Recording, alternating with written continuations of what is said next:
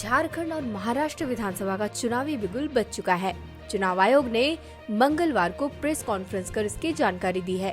Breaking news में आपका स्वागत है। मुख्य चुनाव आयुक्त राजीव कुमार ने महाराष्ट्र और झारखंड की चुनाव तारीख का ऐलान कर दिया है। इस दौरान बिहार की 4 खाली हुई विधानसभा की सीटों में भी उपचुनाव होगा। वहीं महाराष्ट्र में एक चरण में 20 नवंबर को चुनाव होगा, जबकि झारखंड में 2 चरणों में 13 और 20 नवंबर को चुनाव होगा। चुनाव आयुक्त की घोषणा के अनुसार महाराष्ट्र और झारखंड के चुनावी परिणाम एक साथ 23 नवंबर को आएगा। राजीव कुमार ने प्रेस कॉन्फ्रेंस की शुरुआत में सबसे पहले हरियाणा और जम्मू कश्मीर की जनता को बधाई दी। उन्होंने कहा कि दोनों राज्यों की जनता ने खूब बढ़ चढ़कर लोकतंत्र के पर्व में अपनी भागीदारी निभाई है। महाराष्ट्र में इस बार कुल 1,186 मतदान केंद्र होंगे, जबकि कुल 9,63,00,000 मतदाता हैं। झारखंड में कुल मतदाताओं की संख्या 2,60,00,000 है, जिसमें 1,29,00,000 महिला मतदाता है और 1,31,00,000 पुरुष मतदाताओं की संख्या है। महाराष्ट्र में इस बार का विधानसभा चुनाव काफी दिलचस्प होने की संभावना है। शिवसेना और एनसीपी के 2 धड़ों में बंटने के बाद वे पहली बार विधानसभा चुनाव में आमने सामने होगी।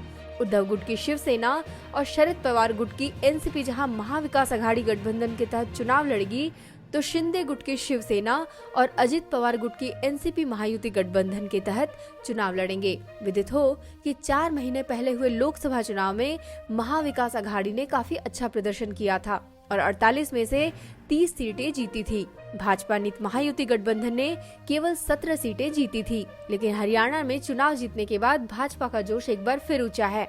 वर्तमान में महाराष्ट्र विधानसभा की कुल 288 विधानसभा सीटों में महायुति गठबंधन के पास 218 सीटें हैं, जिसमें Bhajpa 106, Shivsena 40, NCP 40, BVA 3, BJP 2, Manse 1, RSP 1, PWPI 1, JSS 1 और निर्दलीय 12 हैं। महाअघाड़ी यानी विपक्ष के पास 77 सीटें हैं। 4 विधायकों ने किसी गठबंधन को समर्थन नहीं दिया है। 1 सीट रिक्त है।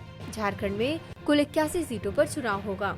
यहाँ जेएमएम, कांग्रेस, आरजेडी गठबंधन की सरकार बनी थी और मुख्यमंत्री के रूप में हेमंत सोरेन को चुना गया था। 2019 में जेएमएम ने 30, कांग्रेस ने 16, आरजेडी ने 1 और बीजेपी ने 25 सीटें जीती थी। बिहार में कुल 4 विधानसभा में उपचुनाव 13 नवंबर को होगा। वोटों की गिनती 23 नवंबर को होगी। बिहार की तरारी, रामगढ़, बेलागंज और इमामगंज में होगा चुनाव। इन 4 विधानसभा से निर्वाचित विधायक लोकसभा चुनाव जीतने के बाद खाली हुआ था। रामगढ़ से राजद के सुधाकर सिंह, बेलागंज से राजद के सुरेंद्र यादव, तरारी से सीपीआई माले के सुदामा प्रसाद और इमामगंज से हम सुप्रीमो जीतन राम मांझी ने चुनाव में जीत हासिल की थी। बिहार में 18 अक्टूबर को नामांकन शुरू होगा। वहीं 25 अक्टूबर नामांकन की आखिरी तारीख होगी। 28 अक्टूबर को स्क्रूटनी तथा 30 अक्टूबर को नाम वापसी की अंतिम तिथि होगी।